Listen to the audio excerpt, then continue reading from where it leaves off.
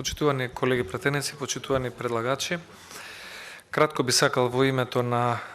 пратеничката група на ВМРО ДПМН да го искажам нашиот став. Прво сметаме дека оваа резолуција е соодветна и со оваа резолуција се поддржува принципот на заштита на територијалниот интегритет на секоја земја членка на Обединетите нации, во случајов на Република Украина. Втората работа што сакам да ја истакнам е што пред неколку дена, бидејќи некои од претходните говорници тука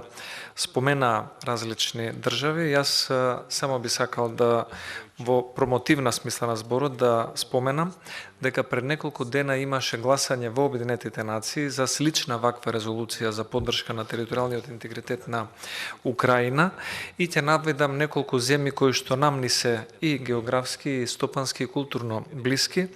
а тоа се Хрватска, Србија, Албанија, Грција, Словенија, Црна Гора и многу други држави, 141 на број, беа за таа декларација во Обединетите нации и тоа покажува дека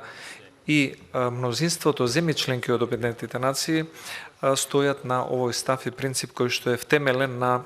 повелбата од Обединетите нации и сите други документи кои што се наведени во предложената декларација. Само 5 држави во Обединетите нации биле против. Тоа е нивно право, но сепак разликата од 141 држава за и 5 држави против доволно говори за почитувањето на принципот кој што денес би сакале и ние да го поддржиме. Второ, тоа што е битно според мене, она го спомена и професорката Гордана Силјановска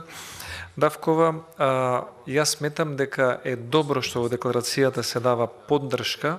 на одлуката, ние не го знаеме исходот, но поддршка на одлуката официјален Киев да даде представка, односно тужба пред Меѓународниот суд на правдата, бидејќи тоа е врховниот орган на Обединетите нации кој што е создаден за да помага во мирно решавање на споровите. Овој спор за жал веќе не е во фаза на мир, но се надеваме дека со брза можеби интервенција на овој меѓународен суд ќе може да се помогне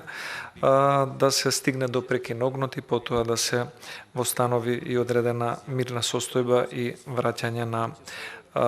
претходната состојба. Тоа што исто така во декларацијата сметам дека е соодветно е правото, потврдувањето на правото на секоја земја членка на Обединетите нации во случајов на Украина да има своја внатрешна политика уредување и да има своја надворешна политика и приоритети без истите да бидат под влијание на било која друга соседна или трета држава. На крајот би сакал да укажам една поодносно на што беше споменато за владата, една добронамерна критика, особено после вчерашното интервју на председателот Пендаровски за една национална телевизија. Тој кажа дека уште 5 ноември минатата година нашата држава имала информации дека ќе биде извршена инвазија, воена инвазија врз Украина.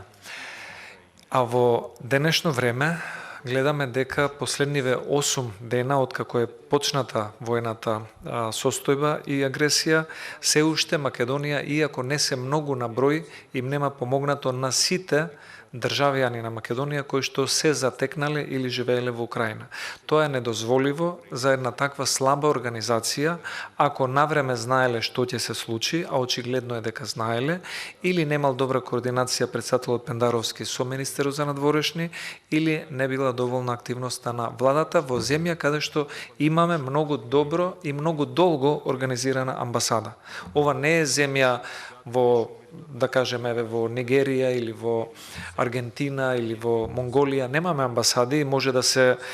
разбере некогаш и по спорото действување, но ова навистина е недозволиво, бидејќи се работи за македонски државјани кои што имаат право на помош од дипломатско-конзуларните представништва. Тоа е опис на работата, една од надлежностите и должностите на нашите амбасади. И затоа сметам дека во овој дел не би давал било какво дополнување, за да не го обременувам текстот кој што сметам дека е доволно добар, но еден апел до надлежните институции, тоа што го пропуштиле да го направат во изминативе 3 месеци, да го направат во преостанативе неколку денови, затоа што ситуацијата во повеќе градови во Украина, како што можеме да прочитаме, посебно во Мариупол, па и во Киев, па и во Харков,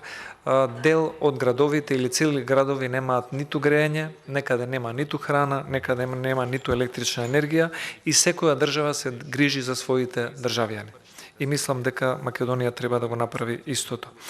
Ќе гласаме за ова декларација затоа што се согласуваме со принципот за уважување на територијалниот интегритет на Украина наспроти сите други кои што имаат било какви нерешени прашања со неа. Благодарам.